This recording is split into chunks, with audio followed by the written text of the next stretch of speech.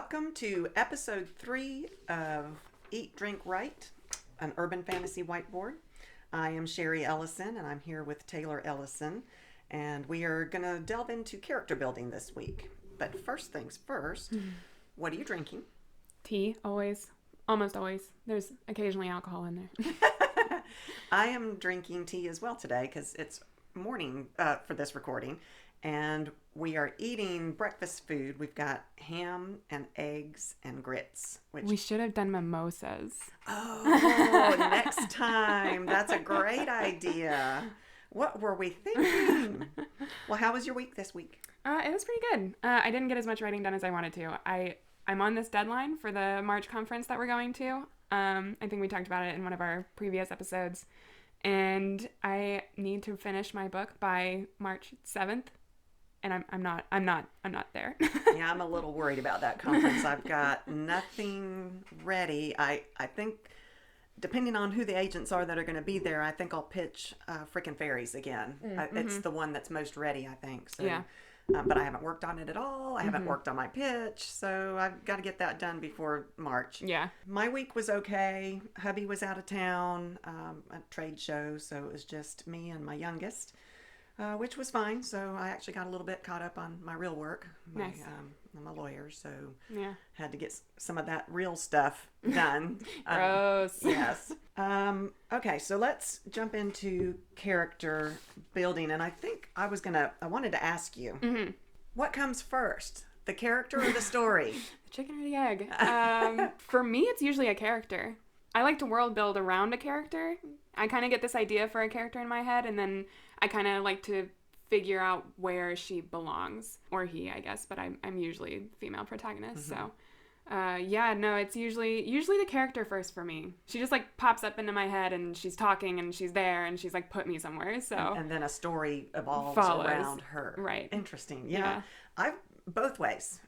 Sometimes the story idea pops into my head, and a character that fits that story evolves from the story. Yeah. But most of the time, like you, it is a character that I usually am she's as well, just starts talking and then they never shut up and we go crazy. Yes, that's all writers do. So where do you get your character ideas from? You know, I used to think that they just kind of showed up, that they just like they did just pop into my head. But I realized, I think with my more recent books, like I get a lot of inspiration from like the media that I consume. So TV shows, books that I'm reading. Do you ever get character ideas from dreams, or do you only get story ideas from dreams? I've only gotten a few story ideas from dreams. And I think the first one that I ever had was the one that we tried to write a book together with. Kitten? Mm-hmm. Ah. Yep.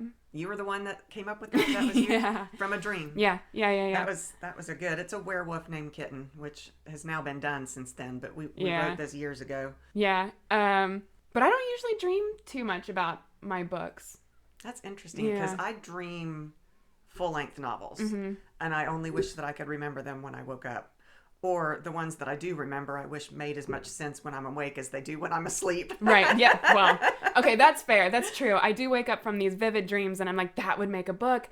And then the more that I think about it, the more I'm like, no. What was I thinking? Absolutely not. So, I don't know what you want to start talking about. I mean, do we talk about the physical attributes or the names? How do you go about evolving a character? So first things first, I get the character idea in my head, and it's usually just like a skeleton of a character. Like physically or? Yeah, a lot of the time it is physically. A lot of the time it's voice, the way that she talks, the way that she does things, the way that she thinks, kind of. So it starts off with that, and she doesn't have a name yet. She doesn't have anything. So then I start like thinking more about this character and more about like what she would be like if she were an actual person. What would her name be? How do you find the names? Oh, I love baby name websites, and it's hilarious because then I get all these funny ads, but baby name websites are great. I use those a lot, and then I run through, and I like names that are either already very short, like a nickname, or names that can be turned into a nickname. I love the nickname thing too. I get my names, and I'm going to shout out to Emily at www.fantasynamegenerators.com. Mm-hmm. Go and check out her website. It is fabulous. She has names for anything you can think of. Real names, fantasy names, vampire names. I mean, just I feel like doesn't it do like city names too? Yes. So if you're writing like fantasy, like good city name ideas or mix and match, I think I do that sometimes too, is like find the name that I like and then find another name that I like and mix those together. And... I mean, she has more than just names too. She is brilliant, and I can't believe that she runs that website herself. But go check her out, and that I use religiously. Nice. When I'm looking for secondary character names. Yeah. Sometimes main character, but usually my main character's name pops into my head. I have no control over that. Like in my second novel that I wrote that was the romance, fantasy romance with Chitara. Chitara, yeah. Yeah, what a weird name. And that just popped into my head, and she's like, no, that's my name. And I'm like, well, alrighty then. Which kind of comes into your next point here is like, what are the pros and cons of weird names like that? Yeah, I hate reading a book and having a character's name in my head the way I think it is, and then to hear the author on TV say their name, and I'm like, oh, that's not how like Hermione. I never knew Hermione was pronounced Hermione. Yeah, until it was like the movie came out. And... I love Hermione, so that's a cool name. But yeah, when you have a weird name that's not common knowledge or phonetically common, it could mess up your reader. Right. 'Cause I saw a post recently about weird names like that, and especially in like fantasy novels where it's like this long name and it's like all these letters, and you try to read it the first time and then eventually you're just like, I'm just going to pronounce it as blah, blah, blah in my head until, the end of time. So I think there's probably a balance. Like, and it also depends, I feel like, on the culture that you're creating within your book too. Like my very first book, the one that's talking to me now, that I want to dust off my high fantasy, I have a species of dragons, and their names are intentionally unpronounceable. Right. But they all go by a 3-letter nickname from that long blah blah blah blah blah. Well, I'm going to call you Taz. I mean, it's and so that was done on purpose. I had a weird name on purpose because I think that's thought good. It was funny. And I think that ties into that would be a pro of like a weird name. It ties into the culture. It brings in like more depth to your world. Like the dragons can obviously say them, but no one else can. So they're just like, you're Rex now. Like, like T-Rex, man. Yeah. So I think that there are definitely like pros and cons. And it depends on how you use them, I think, is what that. I do like different names. And I also like female names that can be shortened to a nickname that's a male, that could either be male or female. I'm very into, all 4 of my children, Taylor, are named with names that could be male or female. And I like those names. There's an urban fantasy series that I like. You would like them too, and I'm pretty sure you've heard of them. The October Day series. Yes. Yeah, and her nickname is Toby, so she goes by Toby, and it's Toby Day, and I love that. But her name was October? And Toby, that's a I like that. Y'all have to read those. Oh, they're so good. They're really good. Read those. Those are by, I don't remember how to pronounce her name. I think it's Shannon McGuire. It's spelled Seannan. I could be wrong about that. But yeah, I think it's Shannon McGuire. And they're really good series. So... And then nicknames, like you said, I almost always, and I don't know if it's too cliche to do that now, but I really do love it. I don't think it's cliche because I mean, my name's Taylor. People call me Tay.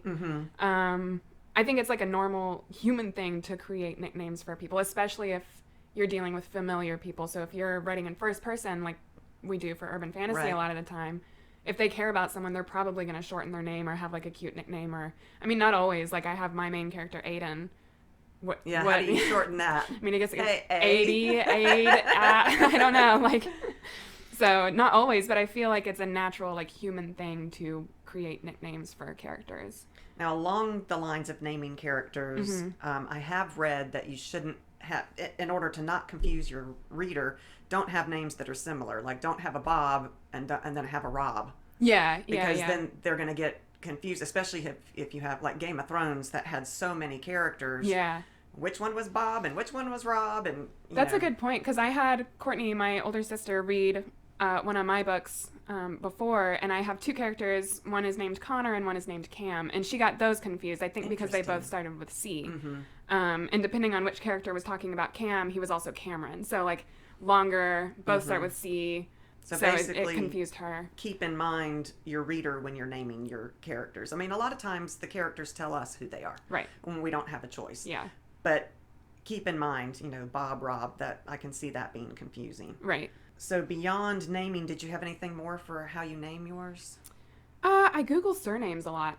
Yeah. Because, especially when creating a character, I do like to bring in diversity into my books, but a lot of the time it depends on the character themselves too. Like, I'm not going to toss in like random characters here and there, but for that diversity, if I have an idea of who I want this character to be, or they're telling me who they are and where they're from, then I want to have a surname to match. And so I'll go and look up specific surnames and look at their origins and their meanings and that kind of thing. Another thing is that you have to be careful because we are writing fiction, but when if we used the name Trump in a book, then there's a definite modern day connotation that goes with that. So, and you don't want to step on families' toes by having one of, a surname be evil, and have those people that are reading it think, but I'm a Smith, and right.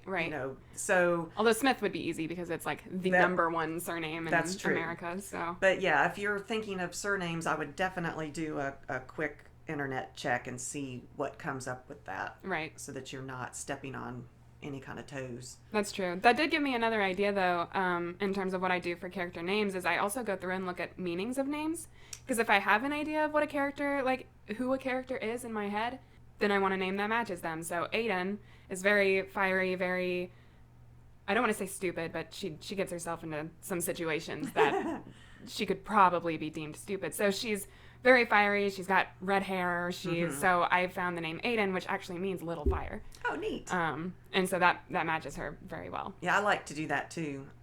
In Harry Potter, you have Luna Lovegood, which the moon and the insinuations with the moon causing madness, lunacy. So I think a lot of writers do that, and I like to do that too. Yeah, I agree. Okay, I think I don't have anything more to say about naming. If I do, I'll throw it back in there again, but we can move on to how do you then flesh out those characters? You've got this, skeleton in your head. Right. How do you make them living flesh? Well, I think, like I said, you've got some notes here where you sex or gender, looks, general physical traits, like that kind of thing. When they pop into my head and they already have a voice, they kind of like start forming on their own. I kind of get an idea of what she probably looks like, what she does. Like if she's athletic and she's talking about that kind of stuff in my head, she's obviously going to look a certain way. Or if she's like, a desk person, or does she like running, or does, those kinds of things. And a lot of the time, I think I actually end up fleshing out their physical traits when I write them. Interesting. So a lot of the ways and I do the same thing for personality traits, which I think we'll get to a little bit later, but I write scenes with them, and it kind of gives me an idea, a clearer picture in my head of what they look like, of how they act, of how they talk, how they describe things, I do who they are. Totally different way that you don't do it this way. I internet surf for pictures of random actors and that kind of thing, because I get an idea in my head of what they look like, and seeing a picture helps me codify what I want to write about their looks. I will say, since I discovered Pinterest and how great it is for storyboarding, I have been doing internet pictures a lot more. There's just so much inspiration that you can pull from Pinterest just by typing in any keyword, brown hair, whatever. Yes. And it'll pull up all these pictures, and it's a really good way to get an idea for a character in your head. A lot of the time it's not exactly how I picture them, but it's enough to get me there and to allow me to see them more in my head. Pictures help me tremendously. Pinterest, I would advise anybody who's a writer out there to use Pinterest. Definitely. You don't have to make them public.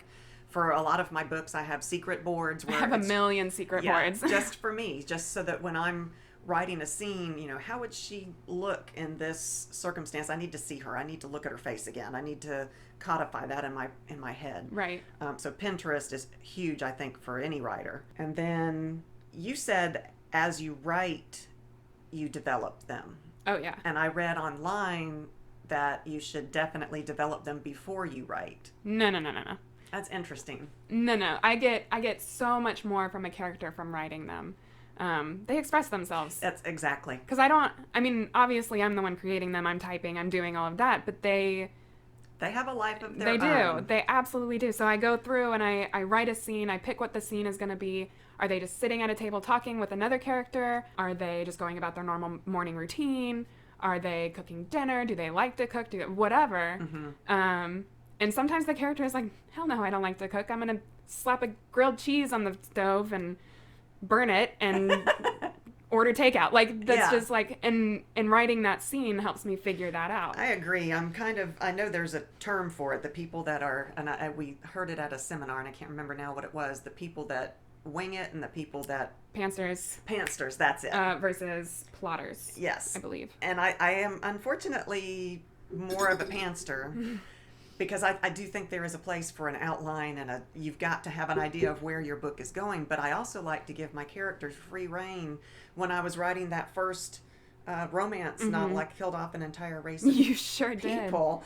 And it wasn't expected. And Yeah. so if I had structured myself, I wouldn't have had that. And I thought that part turned into an extraordinary part in the book that Absolutely. I didn't plan for. Right. So I don't like to limit my characters and try to confine them. I like them to grow on their own. Well, I think that's why I like to rewrite so much, is because it allows me to give my characters those freedoms. And I can outline or whatever and, plot all day long, and my characters are probably still going to do whatever they want. I have a character in the book I'm writing right now who was supposed to be this sleazy asshole, and he ended up being more like heartwarming to me.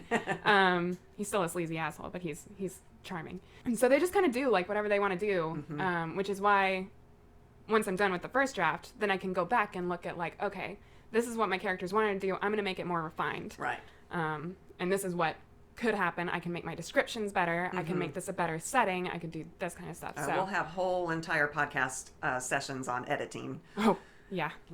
To come in the future. For sure. So on the other hand, well, I think also when your characters interact, it's like real humans who interact. Things happen that you don't know what people are going to say, even though it's coming from our brains. Right. You honestly, they just I get talk. Surprised all the time by what they do, and it works because they're humans interacting with each other. Yeah. Fictional, but they're there.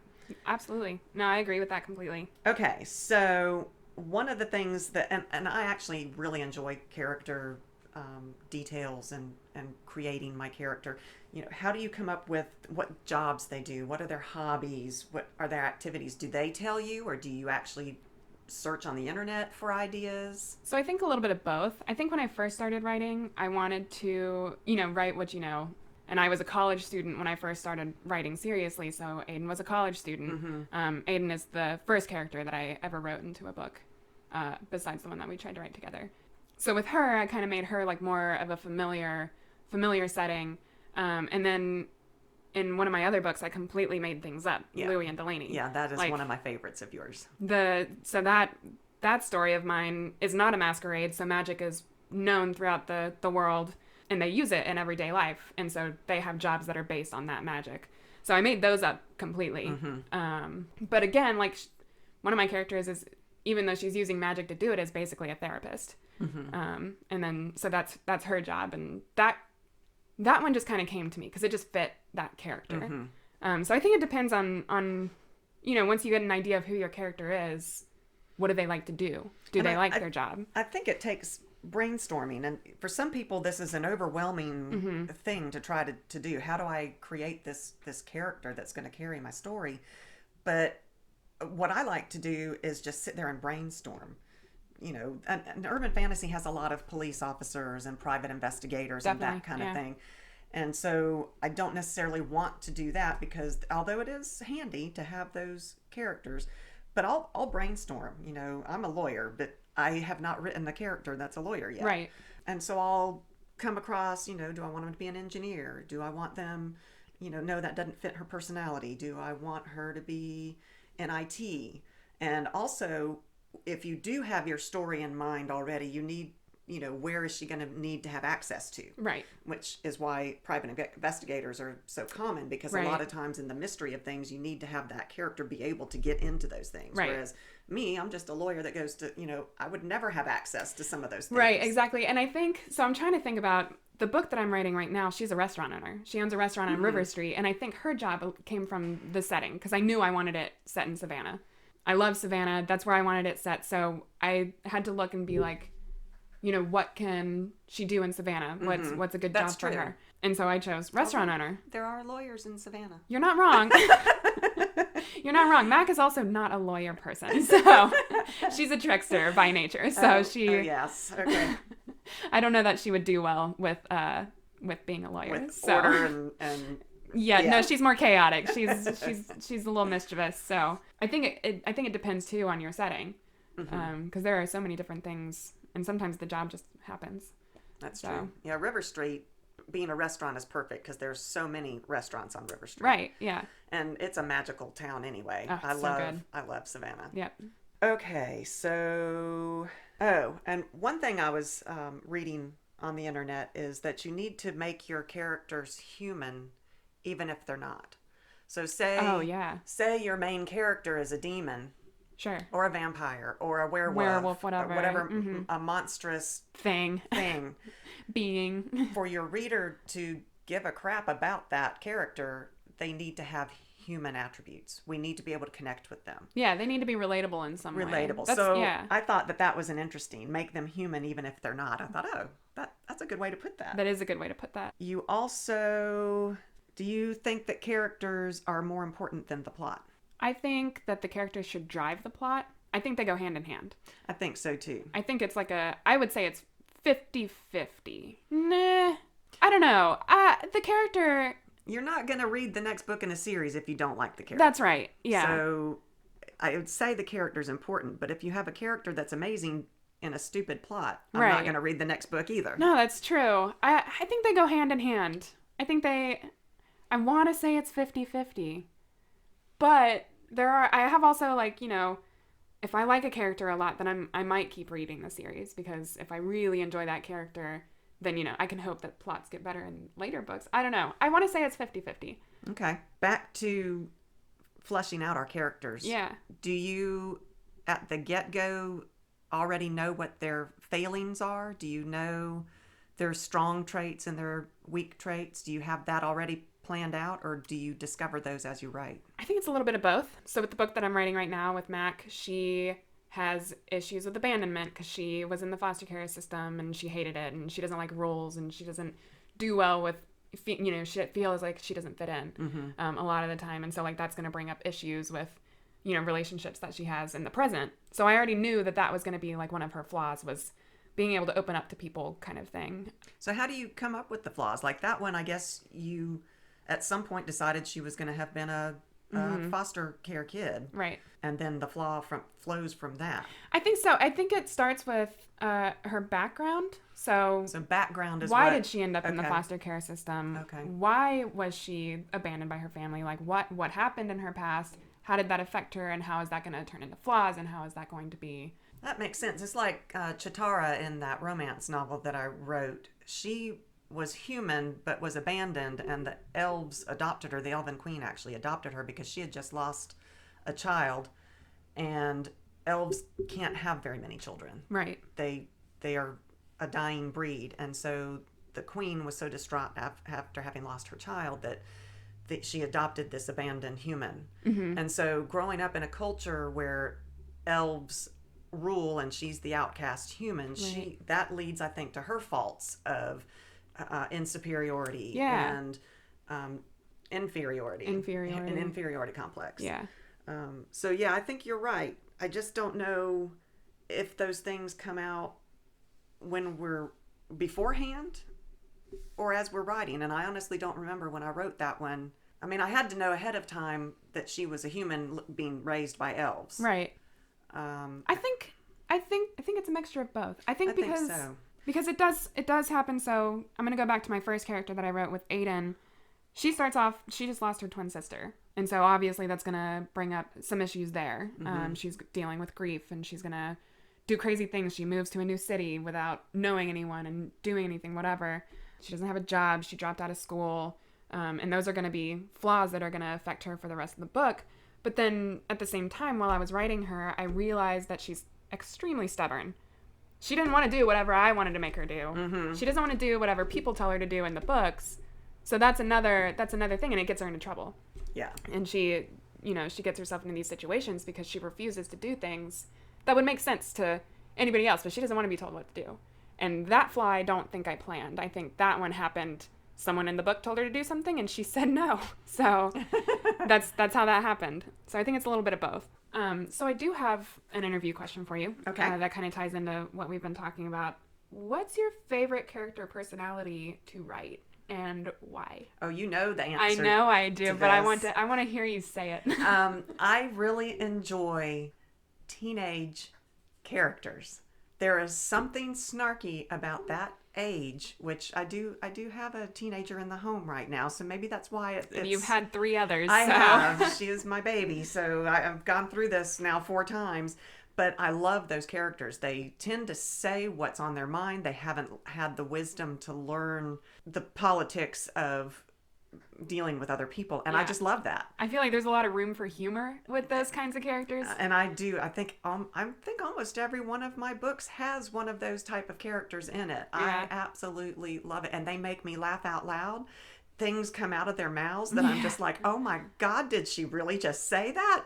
I mean, it is very funny. So that is my favorite character personality. What about yours? I like characters that purposefully don't play by the rules. Like, they don't care that there are rules. They don't care about societal rules. They don't care about anything. It's not necessarily my main character, but I do always have a character that's like, screw it. I want to do whatever I want to do, and I'm going to do it, whether, people hate me or not. And I love writing those characters. They are fun to write. I think it would be hard to have one of those as a main character, though, because...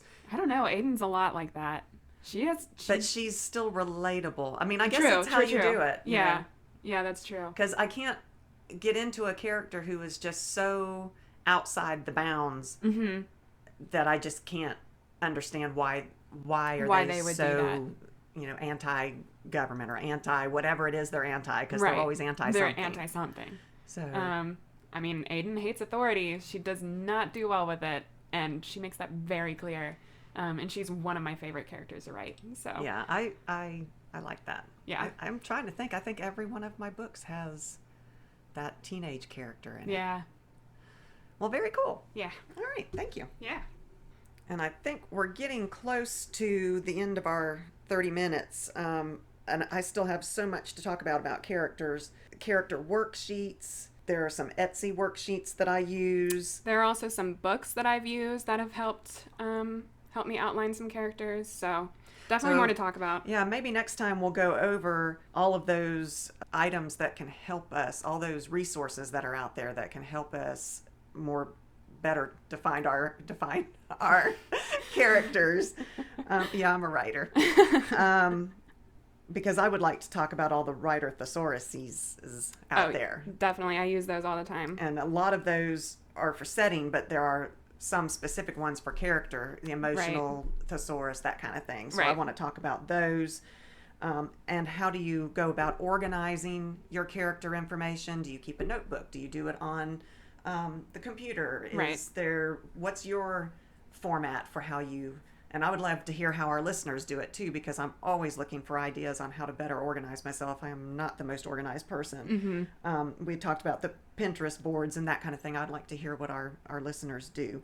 So we'll do more about characters next time. There are things that I've read on the internet that what you must have to have a character have, what side characters you must have, and I take the word must with a grain of salt, because as we talked in one of the other episodes, I think rules are made to be bent and if not broken. Definitely. So we'll talk about more of those things next time, and we will see you then. I do want to thank you all for listening very much. Please follow us on our social media. Facebook is at Eat Drink Right Podcast. Our patreon.com, come follow us, is at patreon.com/EDW podcast. Our Instagram is Eat Drink Right Podcast with periods in between each word.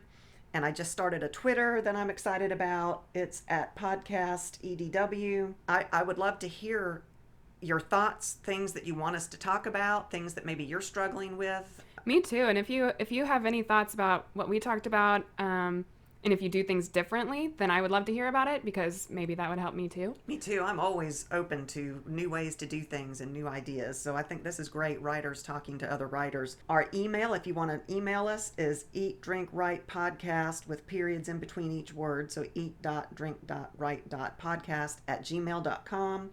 Subscribe to our podcast, share it with a friend, and next time we will talk some more about character development. Thanks, guys.